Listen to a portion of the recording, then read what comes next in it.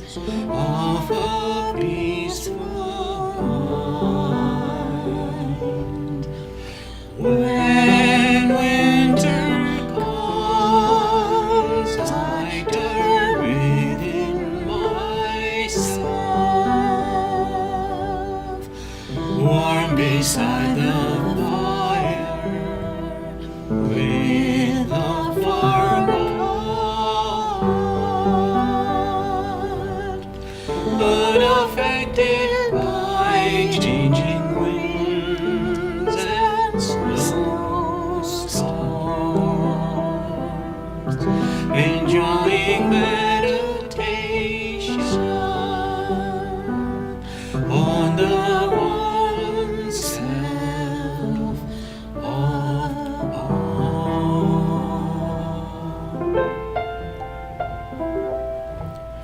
I am like a leaf, a part of the tree. I am a part of the great universe.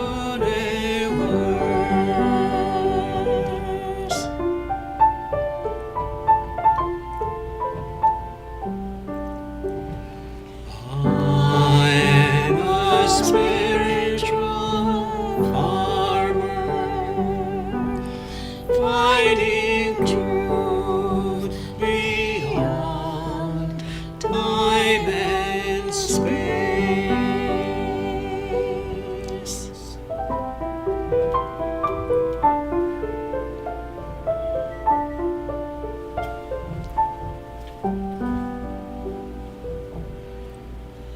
When winter comes, I turn within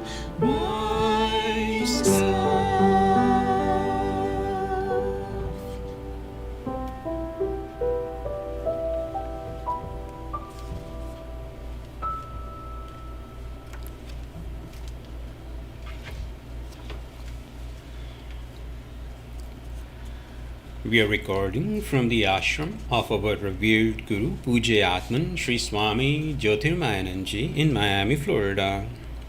Today is July the 20th, 2021, Tuesday evening, and tonight Swamiji will be lecturing on the Yoga Vasistha. This is Series 2018, class number 353. And now Pujya Atman, Sri Swami Jyotirmayananda. Om Brahmanandam Param Sukhadam Kevalam Jnanamurtim Dvandvateitam Gagana Sadrisham Tattvamasyaadilaksham Ekam Nityam Vimalamachalam Sarvadhi Sakshi Bhutam Bhavatihitam Trigunarahitam Sadgurum Tam Namami. Om. Adoration to Sadguru is Brahman, the giver of supreme bliss, embodiment of pure consciousness, one without a second, vast as the ether, infinite, eternal, beyond the three gunas and their modifications, the supreme preceptor. Yoga Vasistha, Nirvana Prakarana, as well as Purva Uttarardha of Yoga Vasistha.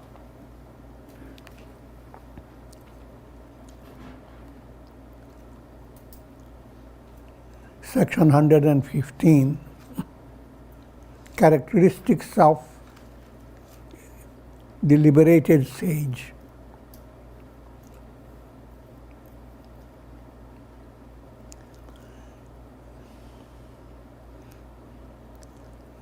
Three great points have been introduced. That a liberated sage is a Mahakarta. He is Mahabhokta and Mahatyagi. Mahakarta, the great doer, doing everything and yet not being touched by karma. He is a great enjoyer, enjoying everything, full of delightful experiences and yet enjoying nothing of this world. And Mahatyagi, completely detached from the world, from your mind, intellect, ego, completely settled with the revelation, Aham Brahmasmi.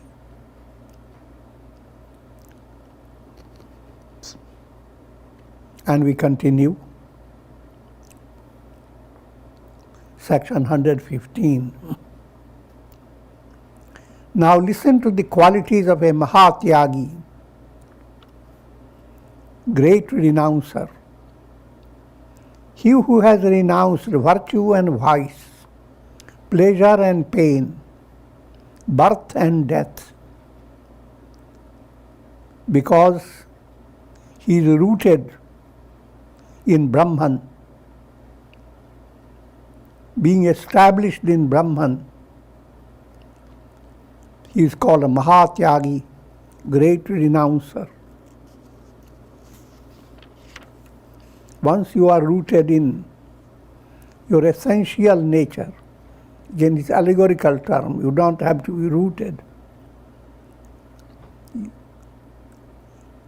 Every personality, every jiva is a reflected sun in a jar of water. Water is a mental process. And that reflected sun in reality is always the sun.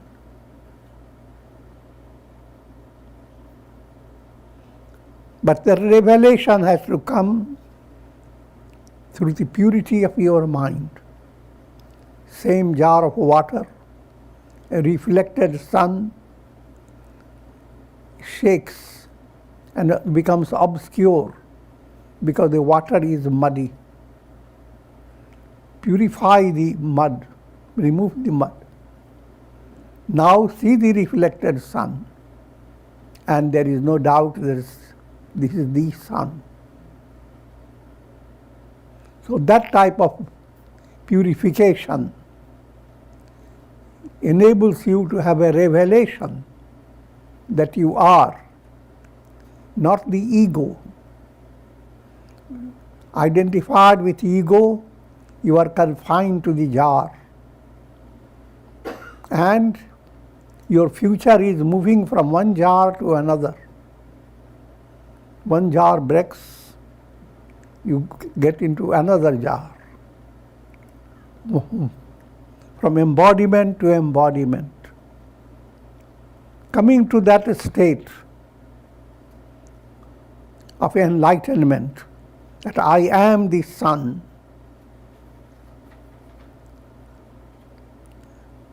And therefore, I am all the souls, countless souls struggling in the world of Maya. They are nothing but I am. This form of revelation is a quality of Mahatyagi, great renouncer. He who has renounced virtue and vice, pleasure and pain, birth and death, because of his establishment in Brahman, is called a Mahatyagi, great renouncer.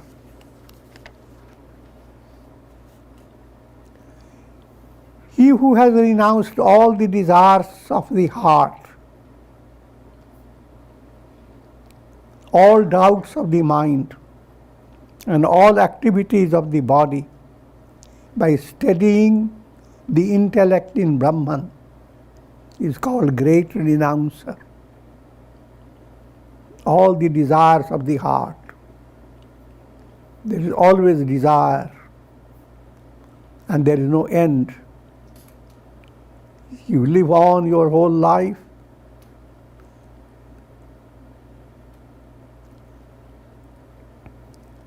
You age and suffer mortality, but your desire youthens and continues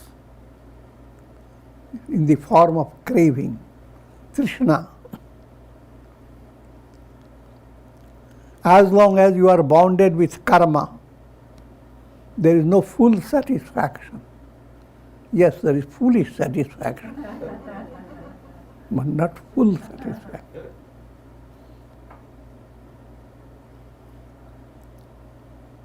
So that you have to understand.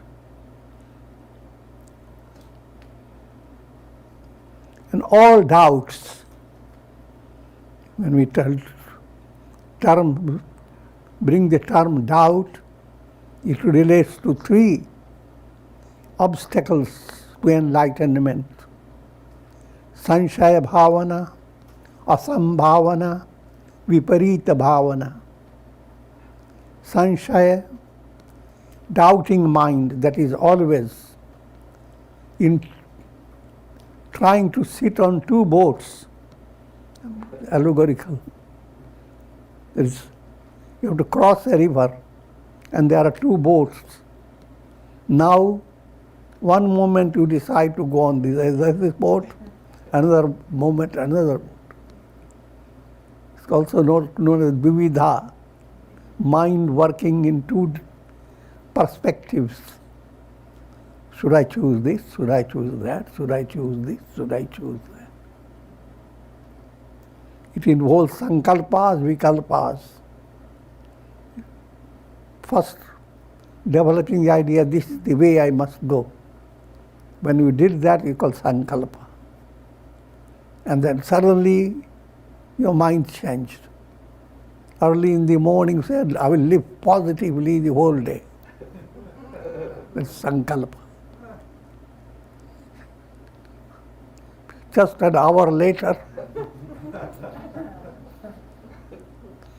you suffer from allergy. Now, the whole day is getting to be hellish.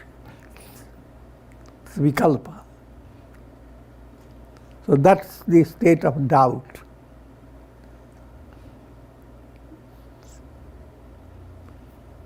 And that doubting state dissolves when gross impurities are removed and sublimated. When your anger, greed, hate begin to be sublimated. But when we say all this, you must always understand the instruction is being given to glorify integral yoga. If you bring practice of integral yoga, then automatically all these three impediments will be removed. Doubting, which I'm already describing it. Next, asambhavana.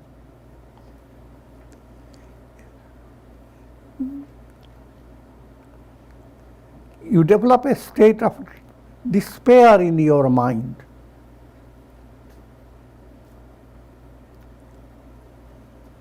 That it is impossible for me to attain enlightenment. You collect the data of many births and your mind tries to calculate how your future will be. And all that you think is, well, if I do good karmas,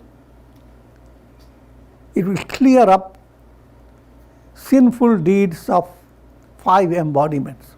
But what about hundreds and thousands of embodiments? Impossible, impossible. That type of sense of always impossibility comes into your mind sense of. And that is a kind of asserting and affirming weakness. A weak thought comes again and again in your mind that becomes your abhyasa and becomes very firm. Positive thought, if you do abhyasa and becomes firm, you are moving towards the light of enlightenment. The light movement, the movement towards light, is based upon repeated effort, repeated experience of despair. Positive effort, repeated effort of repair, not despair.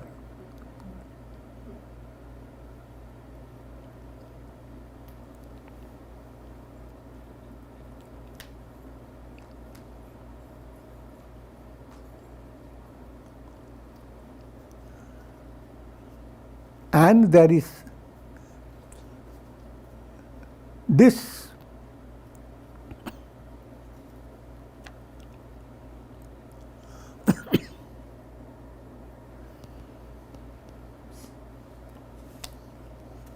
hold on.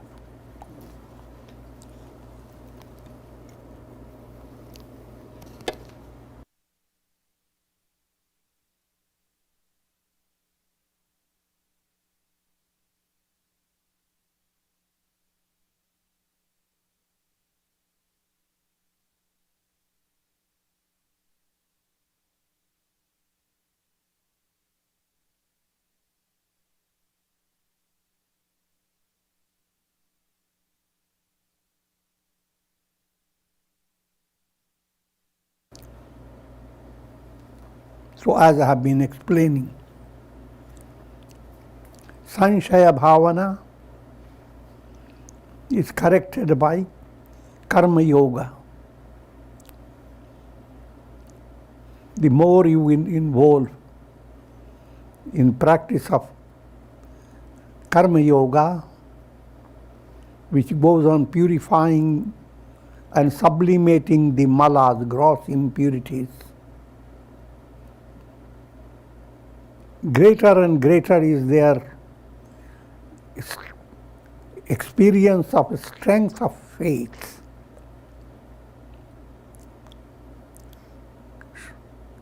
And when a strength of faith, that Shakti, a special spiritual strength develops, Sanshaya begins to dwindle. And then you face Asambhavana, same movement of Shraddha, Virya, Smriti, Shraddha, faith, Virya is spiritual strength, and Smriti is recollection, but it's a mystic recollection. When you have faith and spiritual strength, you don't recollect on the basis of karmic involvement. Your recollection is not who you have been in the previous birth, in what family line you are born. No. Your recollection is Aham Brahmasmi. I am, not the ego identity. I am Brahman. But that in a progressive way. So this type of movement removes sense of impossibility. Nothing is impossible for you, because the source within you is God Himself. You are an instrument in divine hand. God is Upadrashta, Anumanta, Upadrashta, Anumanta cha, Bharta, Bhokta, Maheshwara. He is watching over you. And when you are doing on the right, in a right way, living right way, doing right deeds, He is inspiring you. God is the source of inspiration. And as we advance You realize God is all in you. As ego,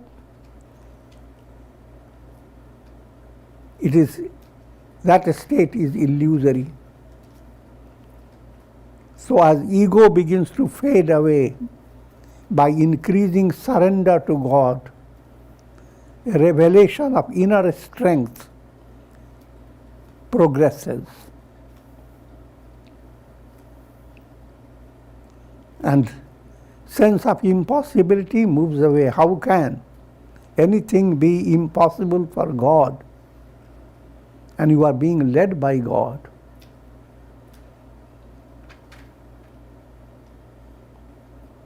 And viparita bhavana, a constant perverted vision,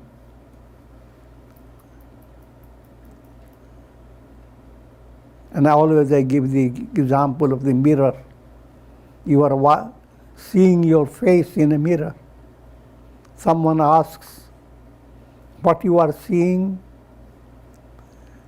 You say, of course, I'm seeing my face in the mirror. But go one step further. First thing you are seeing is the mirror. Then you are seeing the face.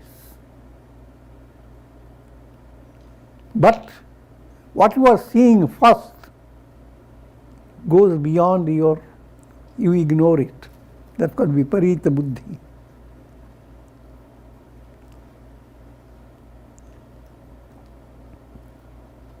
What you see first is your own awareness.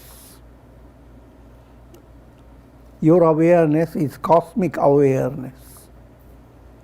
Your awareness is pure consciousness. That comes first. Now, there is a content in that awareness, a reflected experience. And that experience brings about experience of your illusory identity. The illusory identity is not your identity. Your identity is awareness, absolute awareness.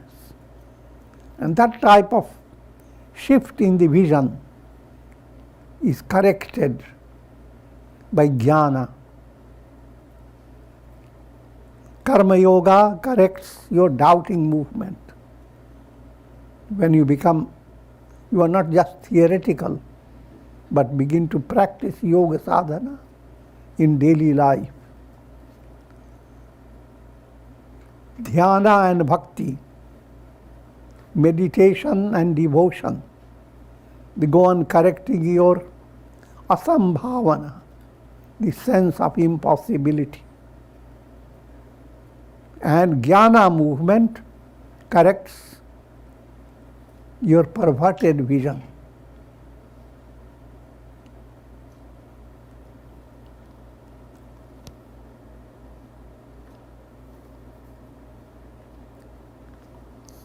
He who has understood the illusoriness of the body, mind, senses, and diverse conditions of the world, and has thus transcended his attachments to all these, is called great renouncer.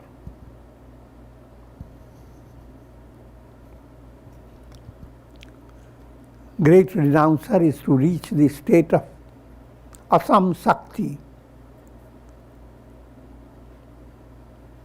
And that's the goal of life. First, go through a progressive movement. Understand you are not the body, not the mind, not the intellect, not the ego. This is a subjective practice of detachment. Turning your attention subjectively. Who am I? Now, and it is supplemented by objective form of detachment. The world around you is not real.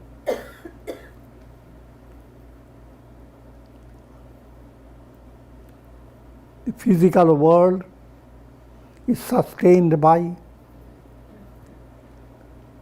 Hiranyagarbha, cosmic mind. It's a mental world. Cosmic reality of the matter, called Bhur-loka. Cosmic state of mind, called Hiranyagarbha. Cosmic state of causal body is called Prajna, called Ishvara.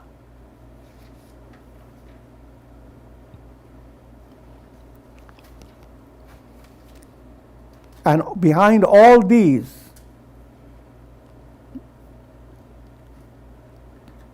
Brahman alone is reality.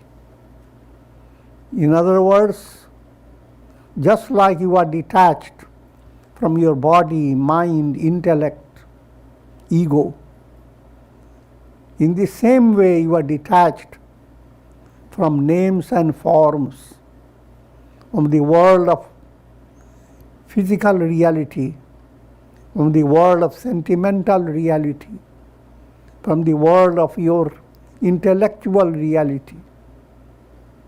All the three don't really touch you. So that type of insight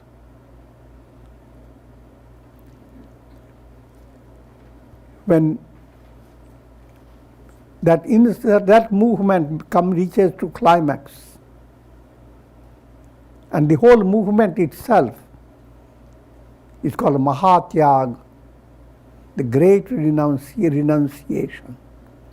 When you have succeeded, you are a Mahatyagi, a great renouncer.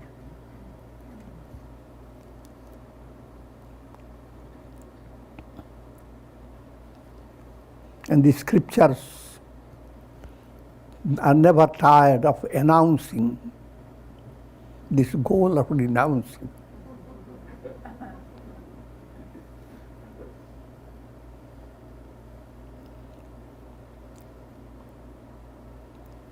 If one is established in the understanding, I am not this body, I am not subject to birth and death, there is no desirable or undesirable action for me, then he is a great renouncer.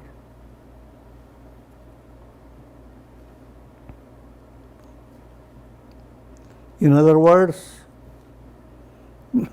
your mind rises beyond likes and dislikes. Likes and dislikes, they are supported by ego awareness. The more ego, the more you are constantly shaken.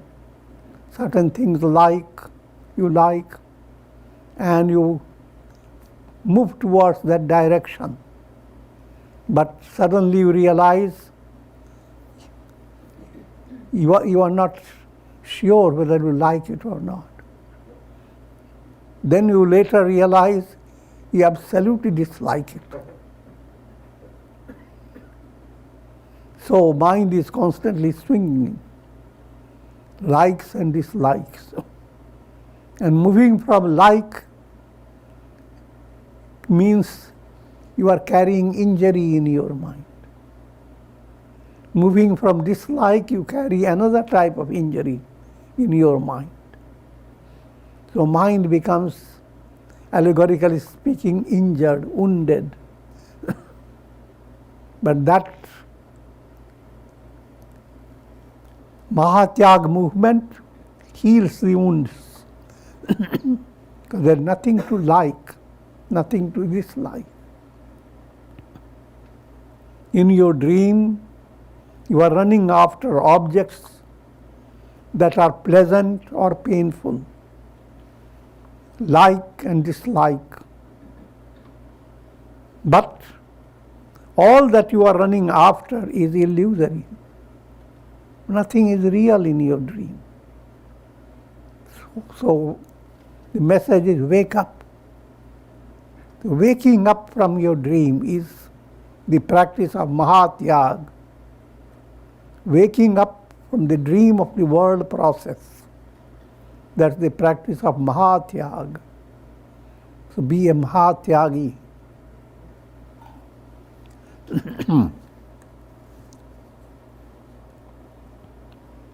Thus Bhagavan Shiva instructed his disciple Bhringisha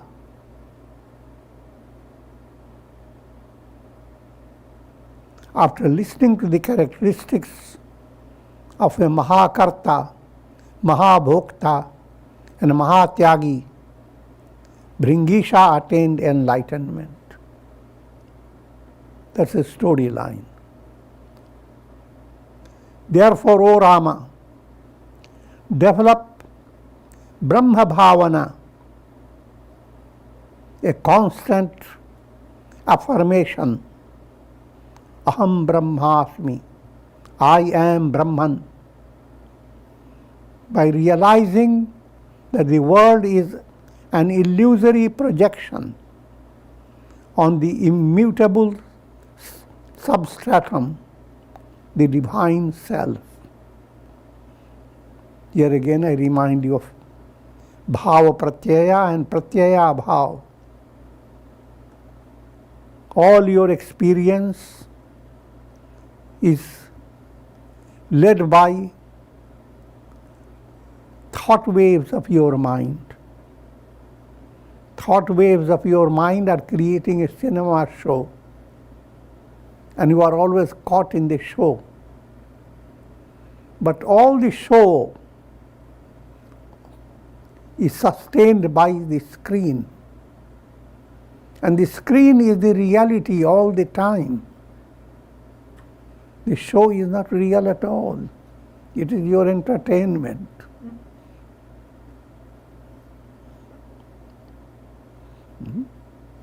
The same show to one person is very delightful, to another boring.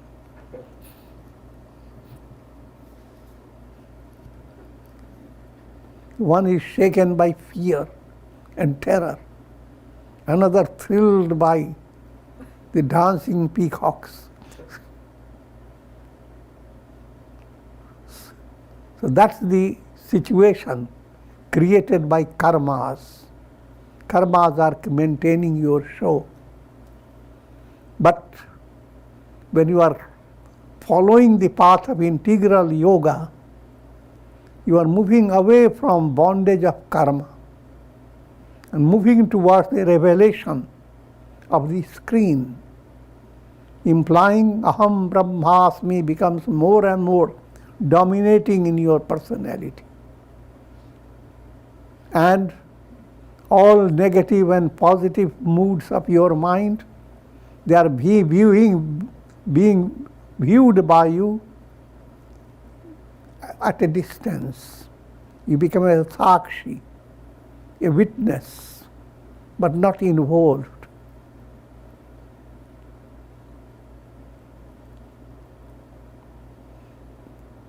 From practical point of view, it implies you shake, but you don't get baked.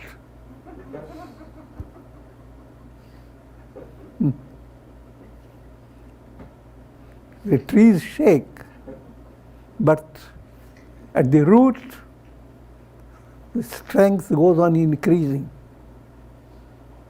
So that's the characteristic of a Jivan Mukta. That's the goal of life.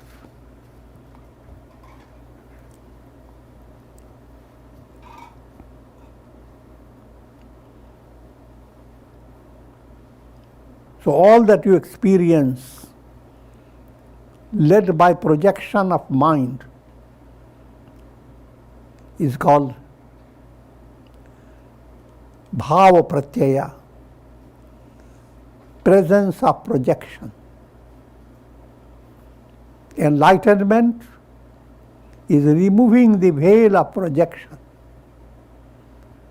Pratyaya Bhava, projection being negated, one projection being asserted, another projection being negated. And that negation movement is the path of wisdom. All objects of the world. Therefore, Rama developed Brahma Bhavana,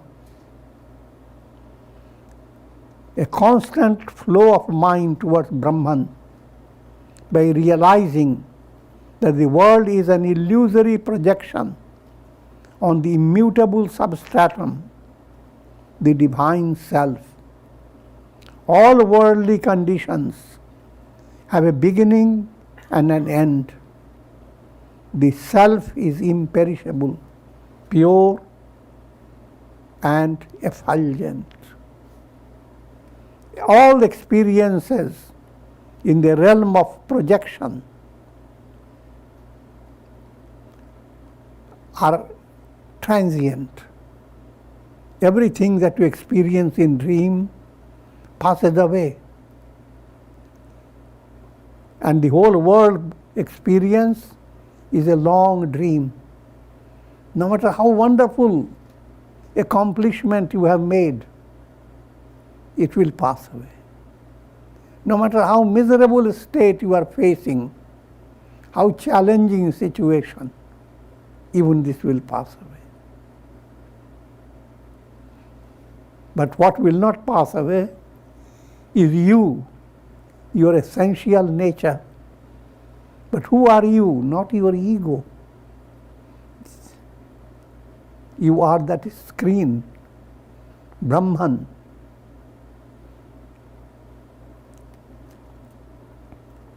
All objects of the world at all times are in reality the Supreme Self. Realize the truth. I am that Brahman, the reality behind all names and forms. You will climb the ascending heights of wisdom and attain freedom from all miseries and sorrows. Ascending heights of wisdom. Yoga Vasistha will not be tired of constantly asserting. Sapta Bhumikas, 7 steps of wisdom. Shubhecha, aspiration. Vicharana, reflection. Tanumanasi, attenuation of mind. Sattvapatti, illumined mind. Mind pervaded by the light of truth. Asam Sakti, detachment, which I have been explaining before. And Padartha Bhavana is a state of Pratyaya Bhav, projection itself being negated. And finally comes Turiya, the transcendental Brahman. So this is the progressive steps leading to absolute identity with Brahman. When your internalized movement enables you to be free from egoistic consciousness, you will continue to perform your duties in life without wavering from your steadiness of the self.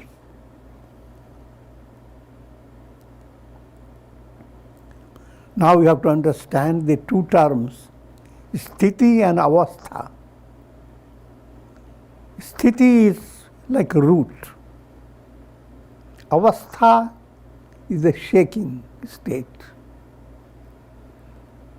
There is no contradiction between the two. If you have sthiti, Avastha becomes pleasant, changing conditions.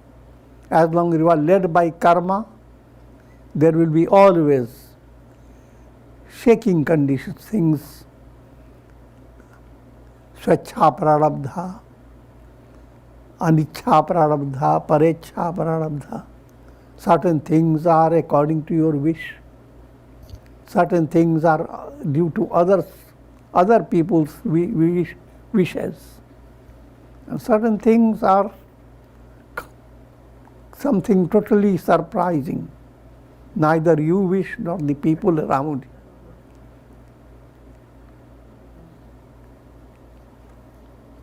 COVID.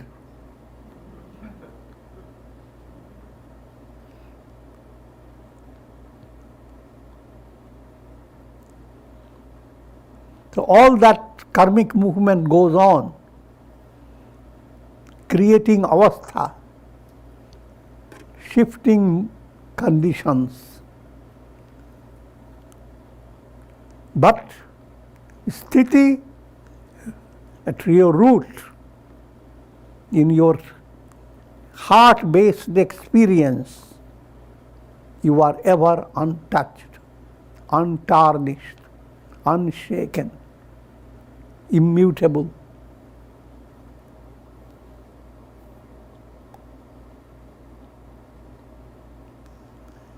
Next section, section 116, characteristics of a dissolving chitta. In an enlightened sage, chitta begins to dissolve, bringing about pratyaya bhav. Chitta, the mind stuff, creates all the projections. But not only you modify the projections, but your goal is to let the chitta, when the projections are transcended, your chitta turns into chit, pure awareness. What you were seeing in your cinema show, names and forms dancing in different ways. But now, all those names and forms move away. They were projections. The screen becomes your reality.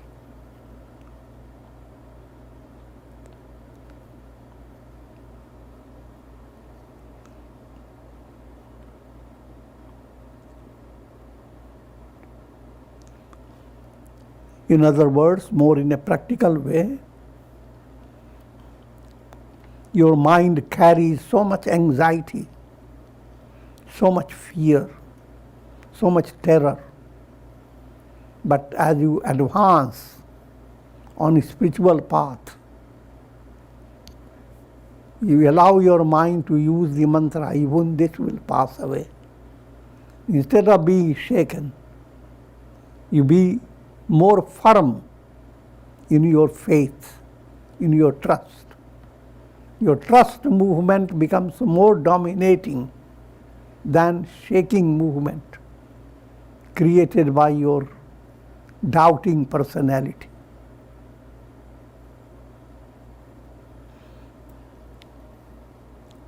Lead your doubt to a different route.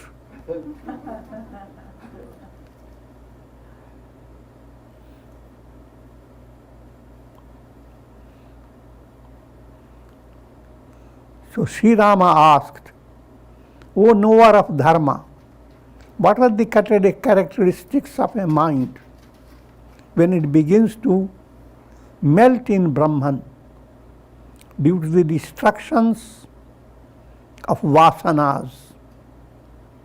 Vasana kshaya leads to chittanash.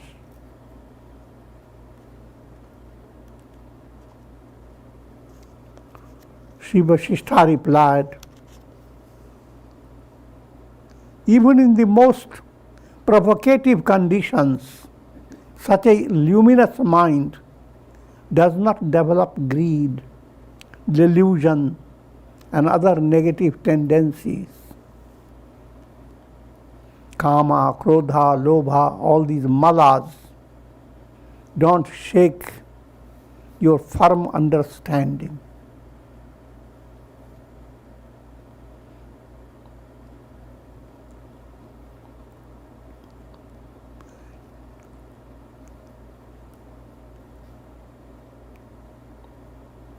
The luminous mind, enlightened mind, is like a lotus that remains untouched by the waters of the world process. All the experiences come. Your heart is like that lotus. If you are enlightened, experiences come. Your heart recognizes. It's very, very tender to be sympathetic of pain and sufferings of people in every detail, as well as details about your own personality.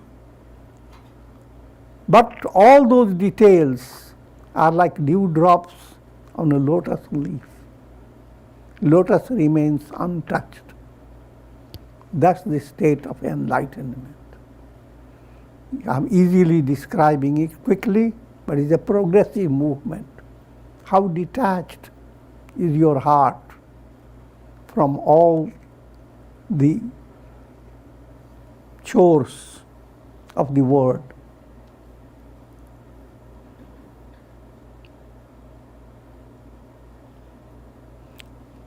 Padmapatra Mivambasa, Gita statement.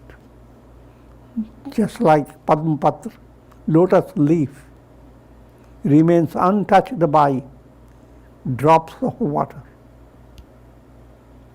So is your heart, untouched, unaffected. Heart is so rooted in divine love. Even in ordinary state of love, if you love someone deeply, then negative situations around you remain. You become untouched by the negative conditions. Your love brings so much energy in your personality that you take up a difficult path without complaining. Rather, feeling joy, no matter how difficult, a sense of inspiration. You are going to meet the loved one. So you are not aware of the negativity, but just you are aware of the thrill. The movement becomes adventure. Same climbing a mountain height by compulsion. Same doing it with a spirit of adventure. It's a big difference between the two.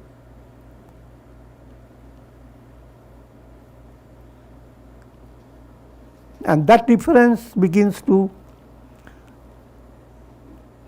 be revealed in your personality.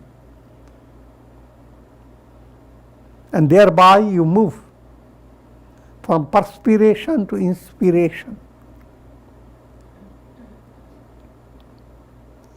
When egoism, which is the source of all the evils of the mind, is burnt up by the fire of wisdom, then the lustrous beauty of cheerfulness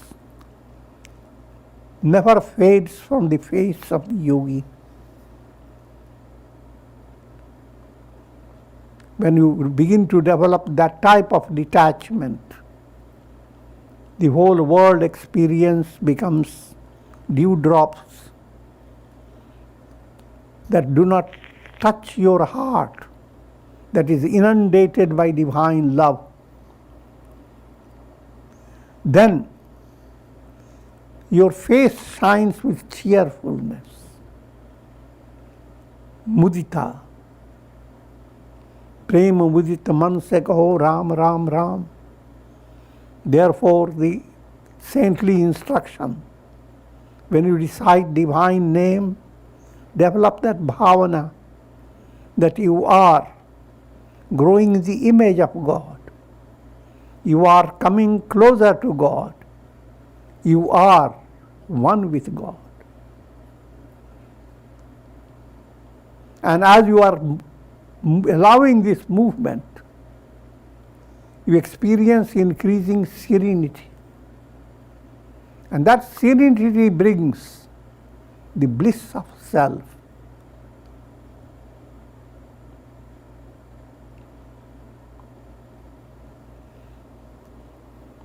So that type of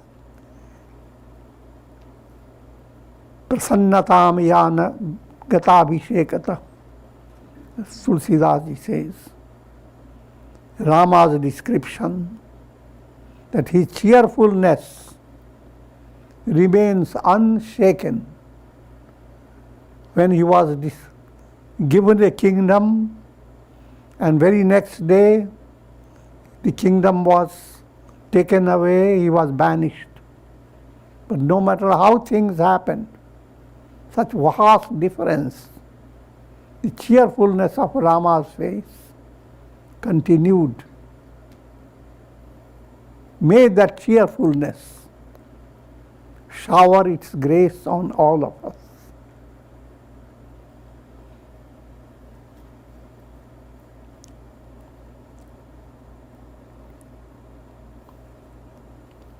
And with this I will conclude.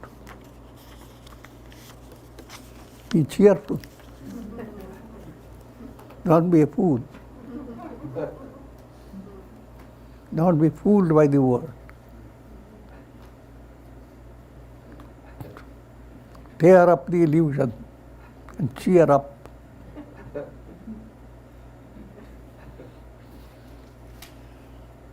Om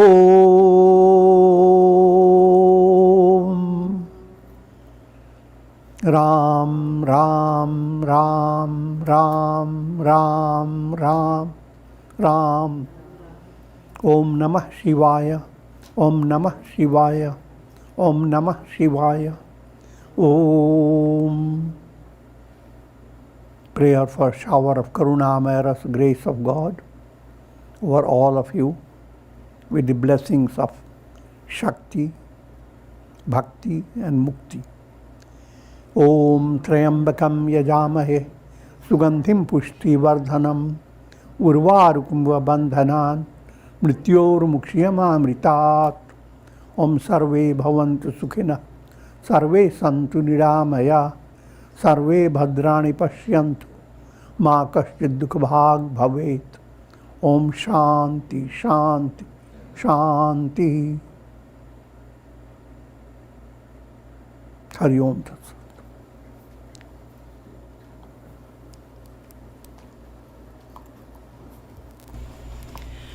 And we conclude for tonight. Remember, prepare to enjoy the blessing of Swamiji's special Guru Purnima message this coming Friday.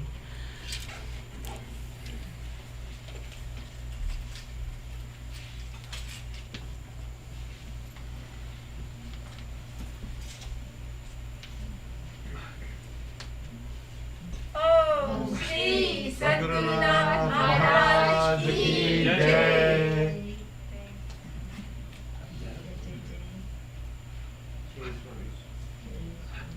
Thank you, Gurudev.